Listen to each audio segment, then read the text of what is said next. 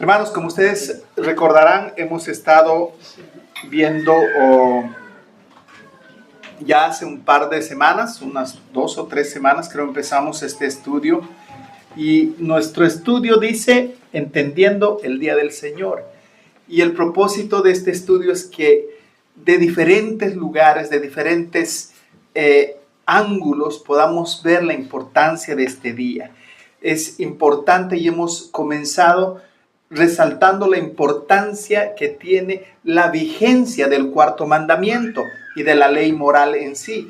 Y habíamos dicho que nosotros no tenemos problemas cuando nosotros hablamos de no matarás, no cometerás adulterio, no hurtarás, y cosas así que están muy arraigadas en nuestro corazón y en nuestra mente también.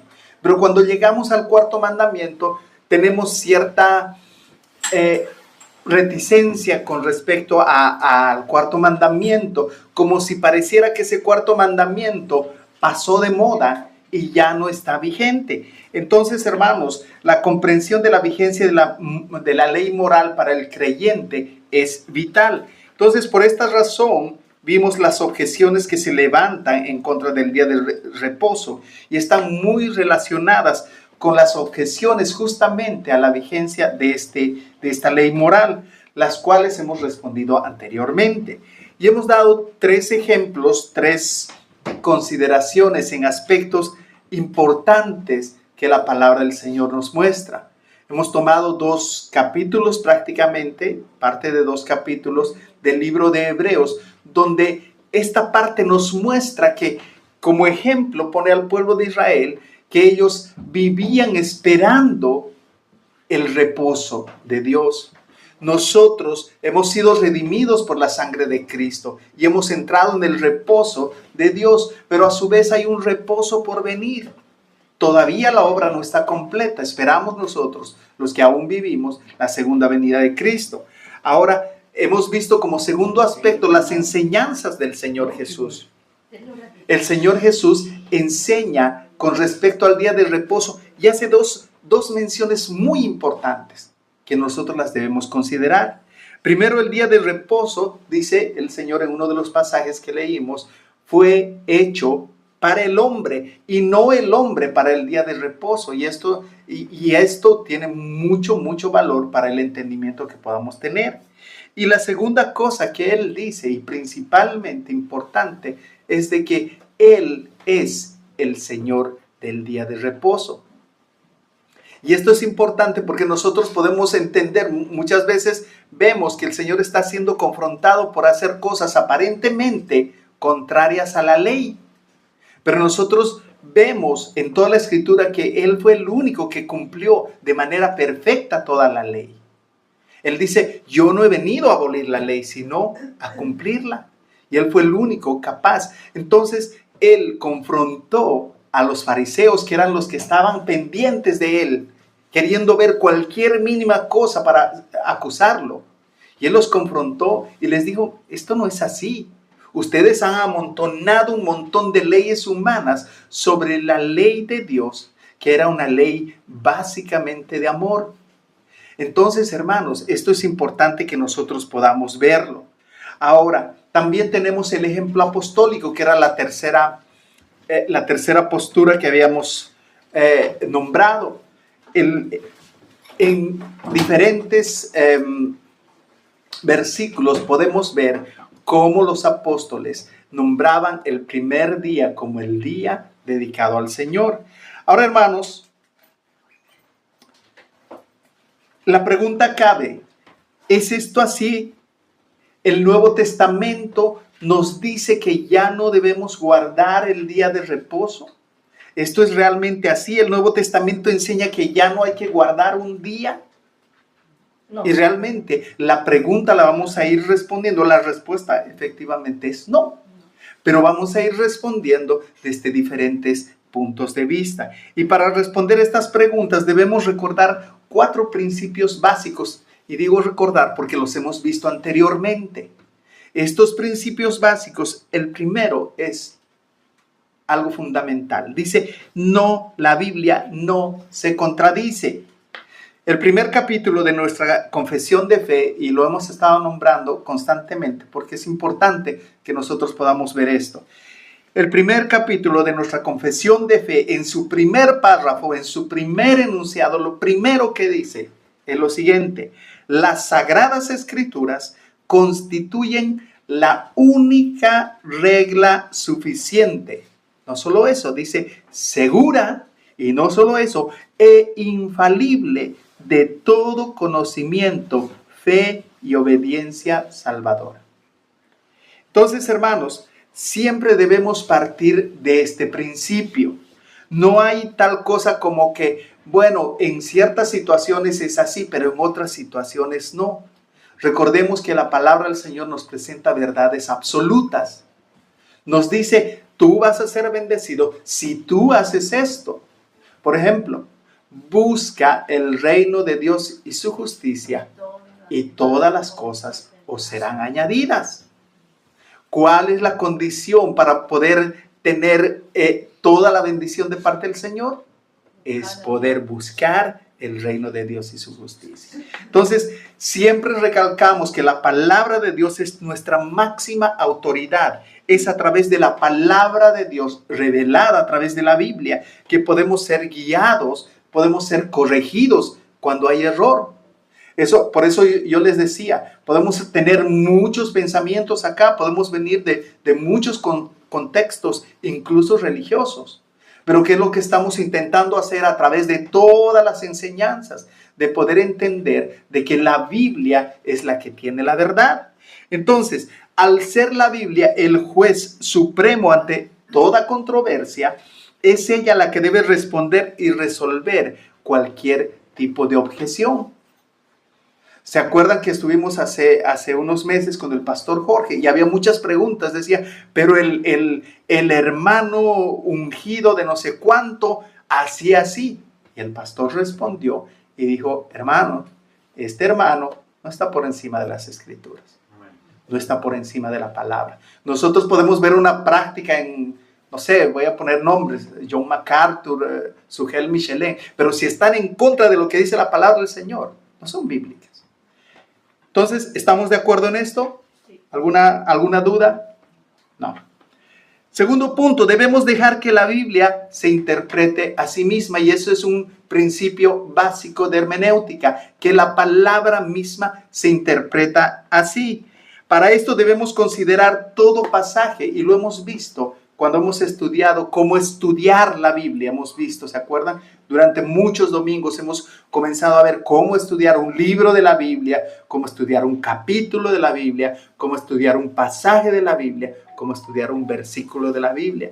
¿Por qué? Porque si nosotros sacamos un versículo del contexto, podemos malinterpretar lo que estamos leyendo.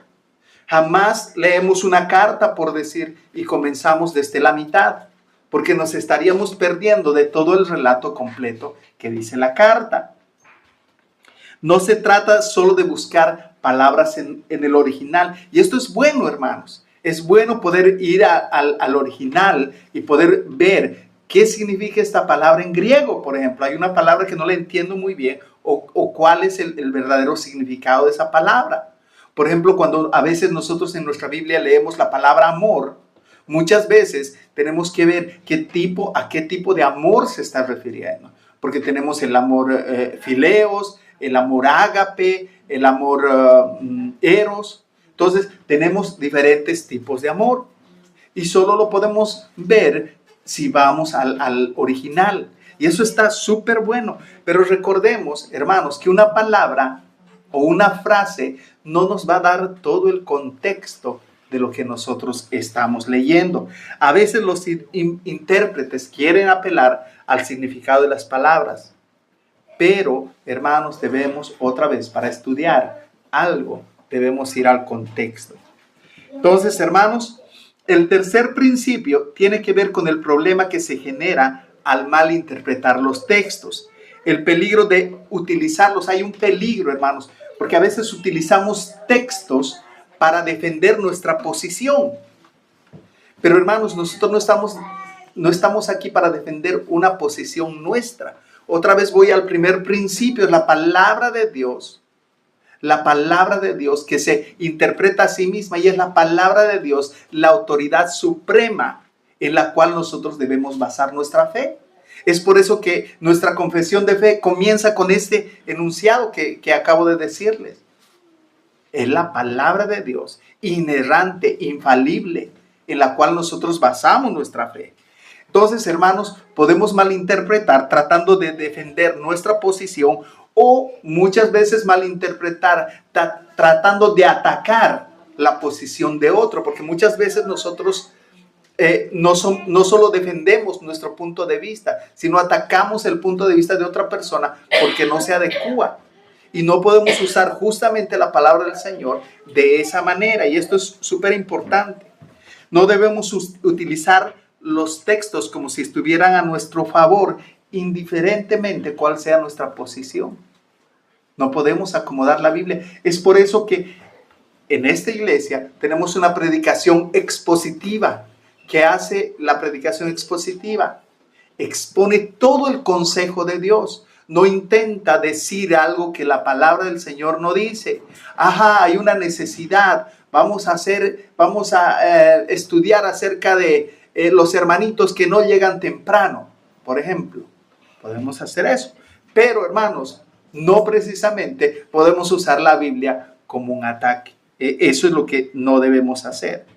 El cuarto punto y el último punto: todos los pasajes que vamos a considerar están conectados, y veremos la gran diferencia que tiene que ver con el contexto y la circunstancia. ¿Se acuerdan cuando estudiamos la palabra del Señor? Cuando hicimos este estudio de cómo estudiar la Biblia.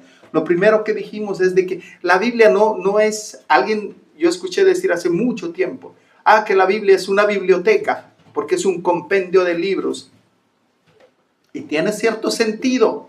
Pero, hermanos, son libros que están interconectados. Es como nuestro cuerpo. No hay partes que se manden solas, sino están interconectadas y nos cuentan una sola historia. La historia de Dios intentando redimir a hombres pecadores. Esa es la historia que nosotros podemos ver. ¿Y el personaje principal quién es? ¿Se acuerdan? Cristo. O sea, que no es, vamos a ver los héroes de la fe, Moisés, vamos a ver a Abraham. Hermanos, sí está bien que podamos resaltar hombres que fueron hombres de Dios, pero, el personaje principal es Cristo. Él mismo lo dijo. ¿Acaso no han entendido que todas las escrituras hablan de mí, comenzando desde los libros de Moisés, pasando los profetas, los salmos? Todo habla de mí. Eso dijo el Señor. Entonces, hermanos, es impresionante cuando nosotros podemos pensar en la armonía que nosotros encontramos en las Escrituras. Imagínense, nosotros tenemos 66 libros. 66 libros que aproximadamente, se cree que fueron aproximadamente 40 escritores diferentes que vivieron en diferentes tiempos, que a lo largo de casi 1600 años escribieron e hicieron un compendio que está tan armonizado porque es un libro de Dios y es un libro inspirado por el Espíritu Santo. Así que, hermanos, esa es nuestra autoridad. Entonces, hermanos, esto inicialmente tenemos que tener en la mente cuando nosotros comenzamos a ver ciertos textos que parece que se contradecirían, que parece que están en contradicción justamente con el tema que estamos exponiendo. Y vamos a ver, con este propósito, vamos a ver qué es lo que la Biblia enseña. Vamos a ver 3 textos que son los más utilizados. No quiero decir que sean los únicos, pero son los más utilizados en contra de la vigencia del día del Señor. Y el primero está en Gálatas 4, 9 al 10. Búsquenlo, por favor, hermanos.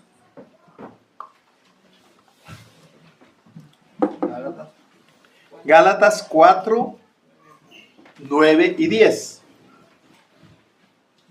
Acuérdense, la semana pasada estábamos un poquito a contratiempo, así que corrimos, aceleramos. Pero ahora tenemos tiempo, hay calma para lo que vamos a hacer. Yo voy a leer desde el 8, hermanos. Dice, mientras lo buscan, dice: pero en aquel tiempo, cuando no conocíais a Dios, erais siervos de aquellos que por naturaleza no son dioses. Versículo 9. Pero ahora que conocéis a Dios, o más bien sois conocidos por Dios, ¿cómo es que os volvéis otra vez a las cosas débiles, inútiles y elementales a las cuales deseáis volver a estar esclavizados de nuevo? ¿Sí? ¿Lo encontraron? 4:9. Ok. Continuamos, el 10. Observáis los días, los meses, las estaciones y los años. Versículo 11. Temo por vosotros que quizás en vano he trabajado por vosotros.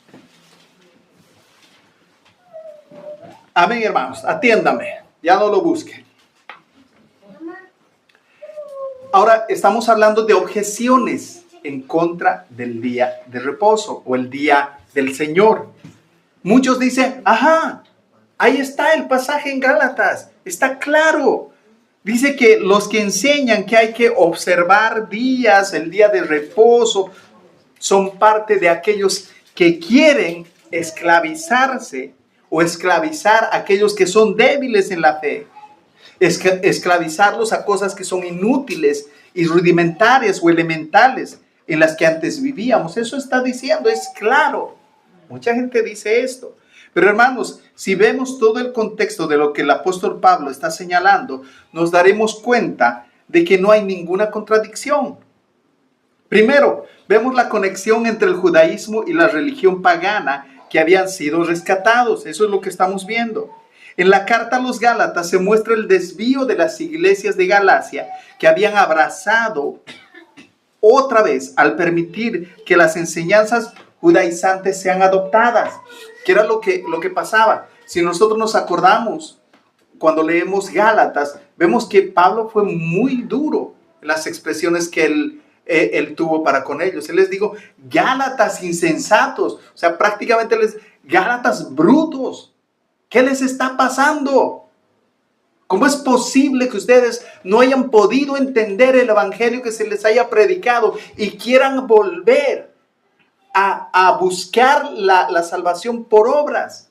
Eso es lo que estaba diciendo. Estas enseñanzas proponían que el evangelio, un evangelio distorsionado, y él mismo en otras cartas había dicho que si incluso un ángel viniera con otro evangelio que no era el que ellos habían predicado, sea anatema.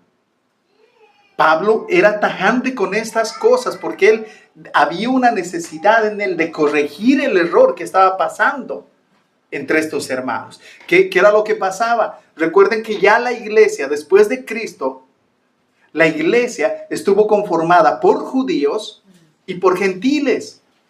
Los judíos estaban tratando otra vez de que esos gentiles que no tenían la más mínima idea de lo que estaban haciendo, volvieran juntamente con ellos a buscar su salvación, a buscar delante de Dios, hacer las cosas por obras. Y Pablo los exhorta. Los judaizantes enseñaron que Cristo no era suficiente para la salvación y agregaron a la verdad del evangelio el guardar los rituales de la ley judía. Eso era lo que ellos estaban queriendo hacer y es por eso que Pablo los exhorta. Entonces, confronta la obra de la salvación al preguntar, ¿recibisteis, dice, el Espíritu por las obras de la ley o por oír con fe? Él les hace esa pregunta.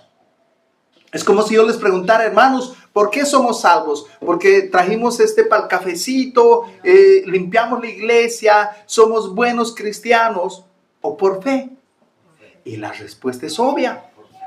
Me imagino que estos hermanos también estaban entendiendo lo que Pablo le estaba diciendo. Y ellos respondían igual que ustedes. Es por fe. Realmente nos están volviendo a querer imponer las cosas para buscar la salvación de Dios por obras. Entonces, definitivamente fue por la fe. Así que la controversia se enfocaba en lo que los judaizantes comenzaron a introducir en vez del verdadero mensaje del evangelio. Y es por eso que Pablo está hablando esto.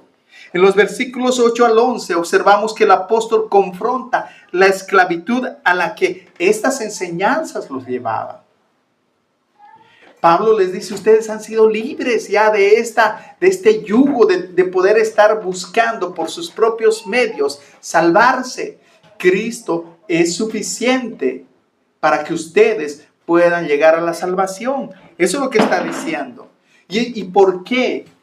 Hermanos Gálatas, ¿por qué están queriendo volver a los rudimentos del mundo, a lo que el mundo practica, tratando de ganarse el favor de Dios por obras, o a estas cosas elementales y rudimentarias? Es lo que dice Pablo. Estas cosas que ustedes hacían en un tiempo, pero han visto que eran infructuosas, que no daban el resultado adecuado. Entonces reaccionen, Gálatas. Eso es lo que estaba diciendo el apóstol Pablo. Entonces Pablo les hace una comparación con los rudimentos de donde ellos salieron para libertad y la esclavitud a la que ellos se habían entregado en el tema de los rituales religiosos. Muchas veces vemos en el Antiguo Testamento cómo el Señor reprende al pueblo de Israel. ¿Por qué? Porque estaban tomando el día de reposo como algo sin sentido.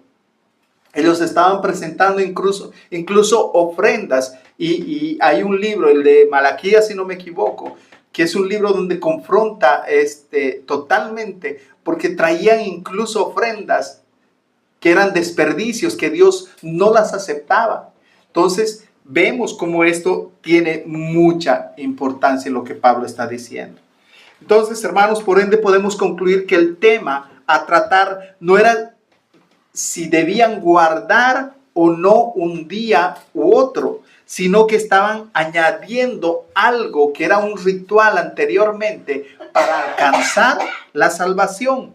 Entonces, partiendo de este punto, la utilización de este versículo para intentar abolir la vigencia del cuarto mandamiento no es válida, porque Pablo no está diciendo si esto es vigente o no, sino los está exhortando totalmente de otra cosa, de que ellos no vuelvan a intentar hacer las cosas por puro fanatismo o para intentar conseguir su salvación por obras. Entonces, la enseñanza apunta a alcanzar la salvación y no a guardar un día como parte de una norma del creyente. Nosotros vamos a ver más adelante que tenemos normas para guardar un día para el Señor. Segundo, el contexto en el que se mencionan los días, dice, aunque algunos pudieron afirmar que la frase los días y los meses y las estaciones no incluye el día de reposo, sí lo hace.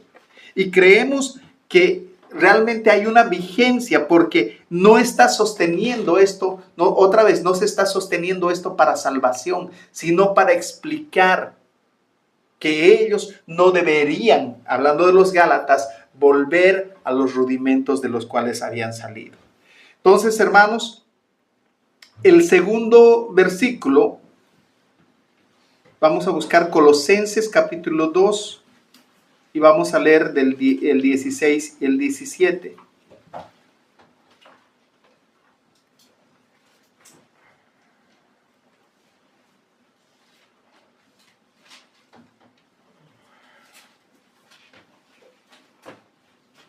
Colosenses 2, 16 y 17.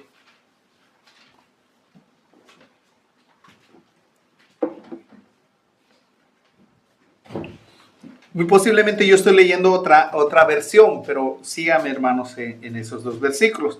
Dice, por tanto, que nadie se constituya en vuestro juez con respecto a comida o bebida o en cuanto a día de fiesta o luna nueva o día de reposo, cosas que son sombra de lo que ha de venir, pero el cuerpo pertenece a Cristo. Amén. Entonces alguien dice, exacto, eso era lo que yo pensaba. Está claro. Ahí dice que nadie te juzgue, que hay una libertad con respecto a guardar o no el día del Señor. Que todos los días, muchas veces lo decimos, no, todos los días son del Señor. Y muy posiblemente era el pensamiento que teníamos. Y dice, no, pero ahí justo dice, Porque al final el día es simplemente una sombra de lo que ha de venir. Eso es lo que está diciendo Pablo. Entonces la pregunta es, si es así, ¿por qué hace énfasis en el domingo como si fuera diferente a cualquier otro día? El primer día, Pablo mismo dice en otras cartas, el primer día, así cuando estén reunidos, el primer día de la semana, ¿por qué se hace ese énfasis? Entonces muchas veces este texto es tomado como la libertad que alguien tiene para poder guardar o no el día del Señor, al decir que nadie se constituya en juez. Eso es lo que acabamos de leer.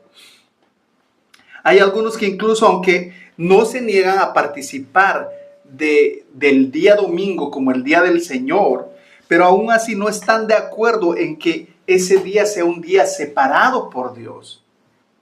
O sea, sí vengo el domingo, pero no es tan importante porque lo puedo separar, puedo hacerlo el viernes, estoy más descansado, más descansada. O lo hago el sábado, que estoy más relajado. ¿Por qué siempre el domingo? Es una imposición.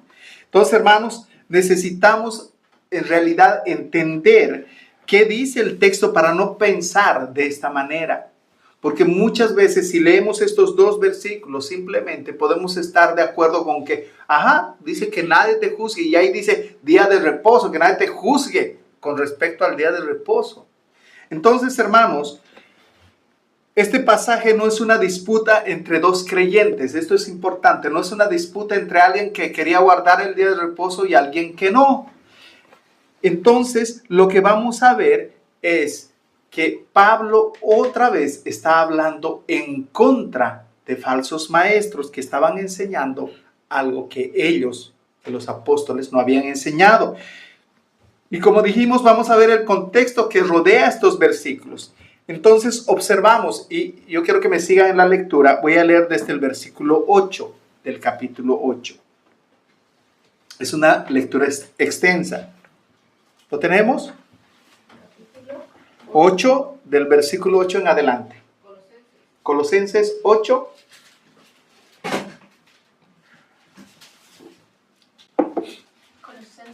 Colosenses 8, del versículo 8 hasta el 23 vamos a leer. Colosenses, hermano. Perdón, Colosenses 2. Hermanos, perdón, la edad, hermano. Es la Biblia apócrifa. La Biblia de los mormones. La Biblia de los testigos. Hermano, perdón. Colosenses 2, del 8 al 23. Perdón, hermanos. Ustedes saben la edad ya, cuando uno está cerca de la pensión. ¿Lo tenemos, hermanos? ¿Sí? Sí, y después de la confusión, será para ver si estaban atentos, hermanos. Dice así: mirad que nadie os engañe por medio de filosofías y huecas sutilezas, según las tradiciones de los hombres, conforme a los rudimentos del mundo y no según a Cristo. Hermanos, este versículo es muy parecido al que acabamos de leer en Gálatas. Dice, porque el que habita corporalmente toda la plenitud de la deidad, y vosotros estáis completos en él, que es la cabeza de todo principado y potestad. En él también fuisteis circuncidados con circuncisión no hecha a mano, al echar de vosotros el cuerpo pecaminoso carnal, en la circuncisión de Cristo, sepultados con él en el bautismo, en el cual fuisteis también resucitados con él, mediante la fe en el poder de Dios, que le levantó de los muertos. Y a vosotros, estando muertos en pecados y en la incircuncisión de vuestra carne, os dio vida juntamente con él, perdonándoos todos los pecados, anulando el acta de los decretos que había en contra de nosotros, que nos era contraria, quitándose de en medio y clavándola en la cruz, y despojando a los principados y a las potestades, los exhibió públicamente, triunfando sobre ellos en la cruz. Versículo 16. Por tanto, nadie os juzgue en comida o bebida o en cuanto a días de fiesta, luna nueva o días de reposo, todo lo cual es sombra de lo que ha de venir, pero el cuerpo es de Cristo. Nadie os prive de vuestro premio, afectando humildad y culto a los ángeles, entremetiéndose en lo que no ha visto, vanamente hinchado por su propia mente carnal, y no haciéndose de la cabeza, en virtud de quien todo el cuerpo, nutriéndose y uniéndose por las coyunturas y ligamentos, crece con el crecimiento que da Dios. Pues si habéis muerto con Cristo en cuanto a los rudimentos del mundo, ¿por qué, como si vivieseis en el mundo, os sometéis a preceptos tales como no manejes, no gustes, ni aun toques, en conformidad a mandamientos y doctrinas de hombres, cosas que todas se destruyen con el uso?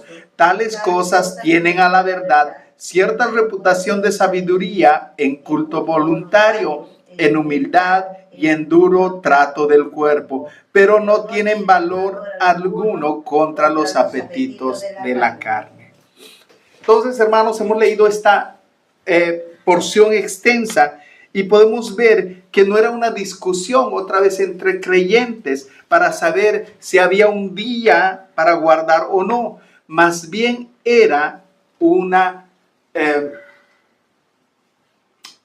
discusión en contra de la mala enseñanza que buscaba establecer una falsa piedad en la vida de los colosenses. Hemos estudiado el libro de Colosenses en su totalidad, no sé cuántos se acuerdan. Hemos leído de principio a fin, hemos estudiado de principio a fin el libro de Colosenses. Y si nosotros pudiéramos resumir lo que dice todo Colosenses, lo podemos hacer en una frase: Cristo es suficiente. Pablo estaba intentando mostrar a los colosenses que Cristo era suficiente, que Cristo más nada era todo, pero Cristo más todo era nada. ¿Por qué? Porque no había nada que añadir a lo que Cristo, a la obra que Cristo había hecho en la cruz del Calvario. Entonces estos hermanos estaban siendo enseñados por otros falsos maestros de que debían continuar haciendo ciertas obras para ser aceptos delante de Cristo. Y hermanos, esto lo vemos en el transcurso de toda la iglesia del primer siglo. Vemos cómo los apóstoles, no simplemente Pablo, están enfrentándose a falsos maestros que intentaban meter falsas enseñanzas en la iglesia de Cristo. Y eso es lo que está haciendo justamente Pablo en estos versículos. Nosotros vemos cómo Pablo está hablando claramente acerca de aquellos rudimentos de los cuales ellos habían salido, aquellas cosas de las cuales habían sido rescatados. Aunque en un contexto distinto con los Gálatas, estas malas enseñanzas llevaban a que ellos volvieran a practicar lo que ellos practicaban cuando estaban en el mundo. Entonces, este pasaje definitivamente no trata con la vigencia o no del día del Señor. Simplemente estaba diciendo, observen esto, pero no lo hagan de manera legalista.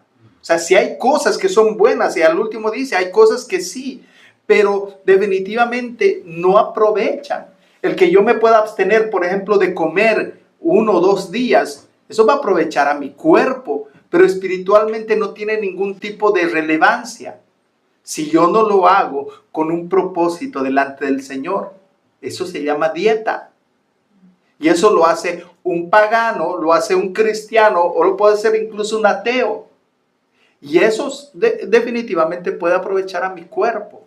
Y eso es lo que Pablo está diciendo. Hay cosas que ustedes pueden estar practicando, pero no las hagan con el sentido de que quieren amontonar cosas encima de la obra de Cristo. Cristo es suficiente. Entonces, hermanos, podemos ver que no está hablando en contra de guardar o no guardar el día de reposo, el día del Señor. El tercer texto que vamos a ver es Romanos 14:5. Romanos 14:5. Romanos sí tiene 14 capítulos, ¿sí? ¿Estamos bien, hermanos?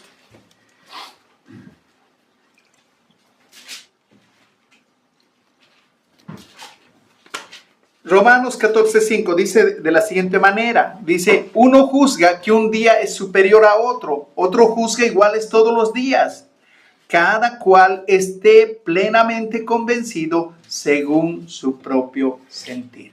Ok, hermanos, a diferencia del anterior pasaje, el apóstol Pablo está tratando, sí, ya una discusión que era más personal, porque algunos decían, no, hay que guardar esto. Otros decían, no, ya hemos sido libres de guardar esto. Dice, en su plena conciencia, hagan como tengan que hacerlo. Recordemos, hermanos, que Pablo se estaba dirigiendo a judíos, muchos de nacimiento, que habían practicado durante toda su vida el guardar ciertos preceptos. Y Pablo está explicando, si lo van a hacer, guarden, o sea, no hay problema. Yo también soy judío, yo también voy a la sinagoga. O sea, no dice esto, ¿no?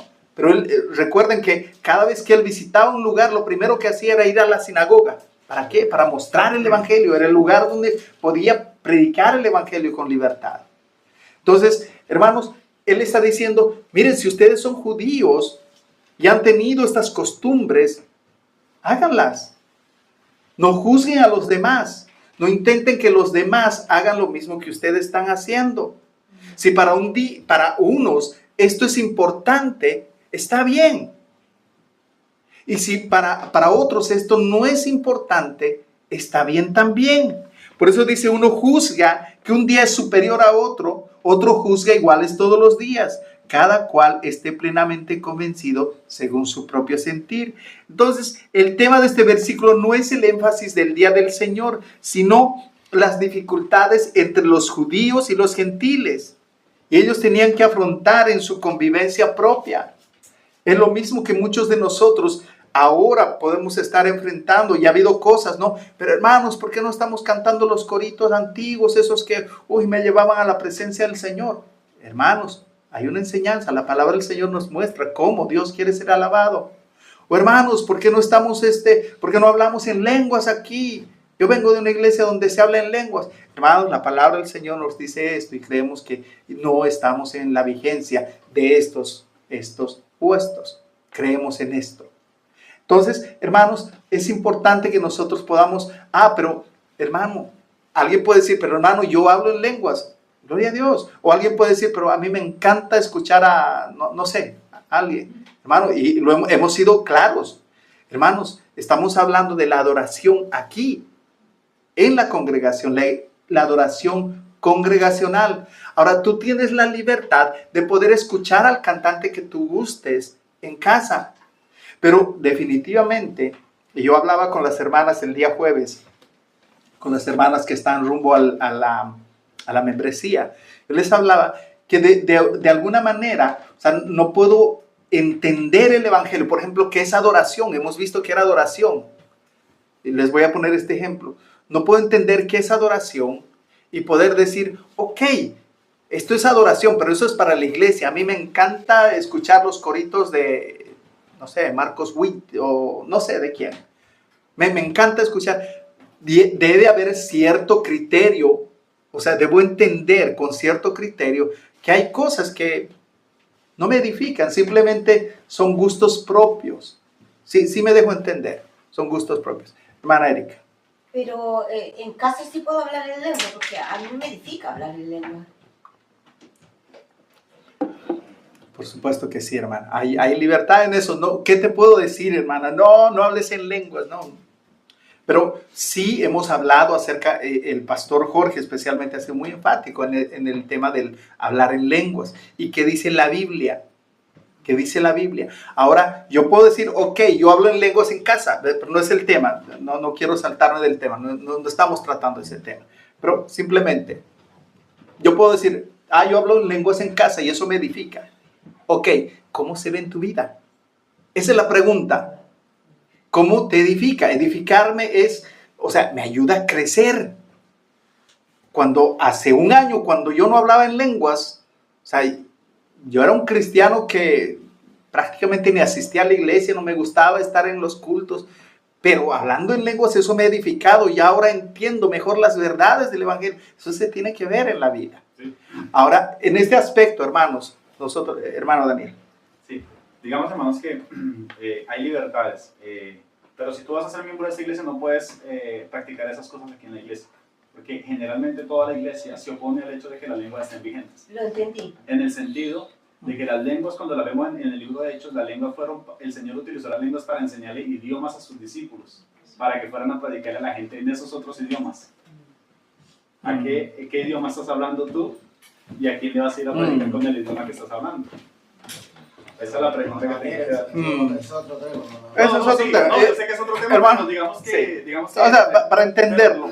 En Para el tema, entenderlo, por ejemplo, volviendo al tema, hermano Roberto, en el tema de la conciencia de los cristianos, yo recuerdo mucho, hermanos, eso fue una experiencia que tuvimos como iglesia. ¿Te acuerdas la vez pasada? Una vez iniciando, creo que era como la cuarta reunión que teníamos, una familia nos invitó a reunirnos en su casa y la señora partió un pan y puso un vino en la mesa, ¿sí te acuerdas? Y nosotros estábamos ahí y el motivo de conciencia, lo que tú dices, nosotros dijimos, no, pero aquí no hay ningún hombre ordenado.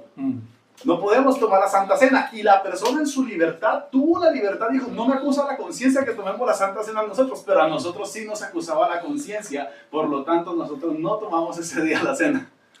Sí, hermanos, o sea, ¿qué es lo que pasa? Otra vez, volvamos a nuestro tema. Olvídense de las lenguas, olvídense. Quiten esa imagen, por favor.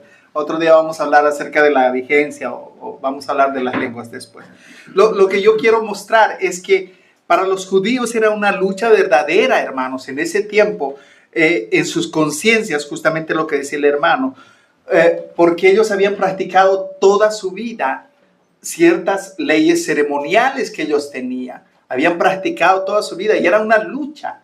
Entonces lo que Pablo está intentando decirles, nosotros tenemos una libertad en Cristo. Pero hermanos, no intenten imponer un ejemplo. Por ejemplo, la hermana, perdón, otra vez. Ok, pero vamos a poner este ejemplo. Imagínense, la hermana dice que ella habla en casa en lenguas y eso le edifica. Ok, ¿qué pasaría si la hermana agarra, comienza a sentarse con alguna hermana?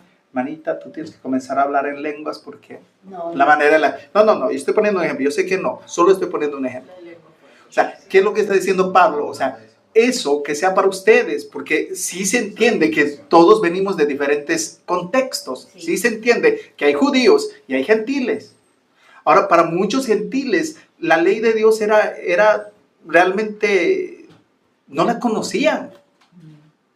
No podían decir, o sea, imagínense, no, el Señor te va a aceptar si tú comes panes sin levadura y hierbas amargas. Cada vez que nosotros celebramos la cena del Señor. Entonces, ¿y por qué? Porque Dios nos sacó de Egipto. Ah, pero nosotros no. Entonces, había mucha lógica en lo que Pablo estaba diciendo. Entonces, hermanos, este pasaje no quita la importancia de guardar el día del Señor. Más bien es condescendiente con aquellos que no tenían el entendimiento claro de ciertas cosas como los tenían otros. Recordemos, hermanos, en todo lo que hemos leído, que Pablo va atacando. O sea, ustedes han salido del mundo. No les está diciendo, ustedes han sido rescatados del judaísmo. Les está diciendo, Pablo les está diciendo, ustedes han sido rescatados de esa manera vana de vivir que ustedes tenían. Porque incluso los judíos vivían de una manera vana. Recordemos que hemos hablado, la Mishnah, cuando uno lee la Mishnah, es sorprendente. O sea, todo lo que habían amontonado encima de la ley de Dios. ¿Para qué? Para que hasta la más mínima cosa sea motivo de, ¿estás haciendo algo mal? No, eso no es parte de Dios. Y eran leyes de hombres. Y es justamente con lo que en el primer siglo los apóstoles tuvieron que luchar. Personas que querían, ok, ya creemos en Cristo, creemos que la obra de Cristo ha sido suficiente, pero debemos seguir haciendo obras, pero debemos seguir en esto que hacíamos, pero debemos volver a las prácticas. Esta era una cosa constante que comenzaron los apóstoles y hasta nuestros días, hermanos. A veces es incluso para nosotros mismos, es complicado entender ciertos conceptos o ciertas cosas. ¿Por qué estamos haciendo esto? Para que nosotros podamos entender la importancia del día del Señor. para que nosotros a lo largo de todos estos estudios podamos tener mayor claridad. ¿Sí me dejo entender? ¿Para qué? Para que un día alguien diga, no, pero la Biblia dice esto. No, hermano, mira, en este texto lo que el Señor está diciendo, o lo que Pablo está diciendo, el Señor a través de Pablo está diciendo es lo siguiente: había falsos profetas, había falsos maestros. En esto había, esto es distinto, no había falsos maestros, no es que estaba atacando falsos maestros, sino estaba dando la libertad a los judíos y a los gentiles de hacerlo de una manera clara, de tener un corazón abierto, pero no de manera impositiva entre unos y otros. Eso es lo que está diciendo Pablo. Entonces, hermanos, es importante poder entender que estos pasajes no quitan la importancia de guardar el día del Señor, sino en esas tradiciones, en esas cosas que pasaban, no debían observar estas cosas como esenciales para salvación. Y otra vez, nosotros venimos aquí a la iglesia y imagínense, alguna vez a manera de broma lo hemos dicho, hermanos, no va a haber un check-in allá en el cielo donde, tú nunca faltaste un culto, todos los domingos de tu vida estuviste. Es malísimo, pero bueno, por eso vas a pasar raspando. No hay eso, hermanos, no hay eso. O sea, y lo hemos dicho, nosotros venimos a la iglesia y no venimos para ser aceptos delante del Señor. Venimos a la iglesia a congregarnos porque hemos entendido la importancia de esto y venimos con gozo. Ese es el detalle. Venimos agradecidos al Señor, queriendo participar con una familia, con un cuerpo, el cual ha sido rescatado de la misma manera, de los mismos rudimentos en los cuales nosotros estábamos metidos. Por eso es que la Biblia nos dice, ninguno tenga un más alto concepto de sí mismo que el que deba tener. Yo no puedo mirar y decir, estos hermanitos se ven tan pecadores. Hermanos, soy un pecador más que por la misericordia del Señor ha sido rescatado.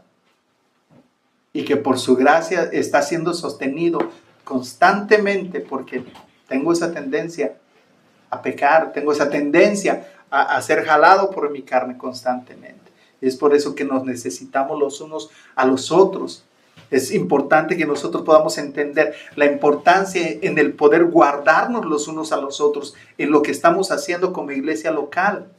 El poder estar constantemente orando por los hermanos, por los líderes, por los hermanos que están en necesidad. Es por eso que constantemente los viernes hay oraciones. Hermanos, el estudio a veces tarda media hora, 40 minutos, pero la oración nos tarda mucho más de una hora muchas veces, porque hay mucha necesidad y hay necesidad en nosotros mismos. Amén. Amén.